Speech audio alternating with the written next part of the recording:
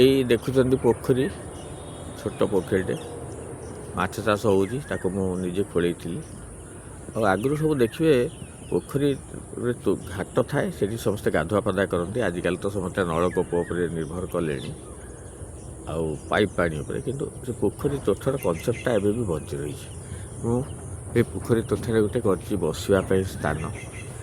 ୟାକୁ ଇଂରାଜୀରେ ଗଜିବ ବୋଲି କହନ୍ତି।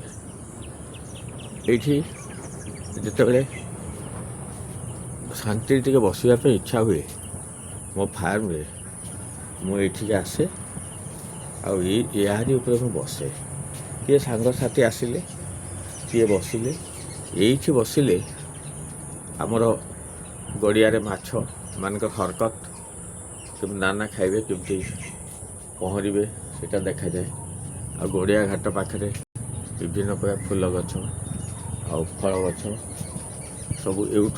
ଏଠି ଚାଷ ଜମି, ଏଠି ଧାନ ହେଇଥିଲା, ସୋରିଷ ହେଇଥିଲା, ଏବେ ମୁଗ କିଛି କିଛି ହେଇଛି, ସେ ମଧ୍ୟ ଏଠୁ ସବୁ ଦେଖିବାକୁ ମିଳେ।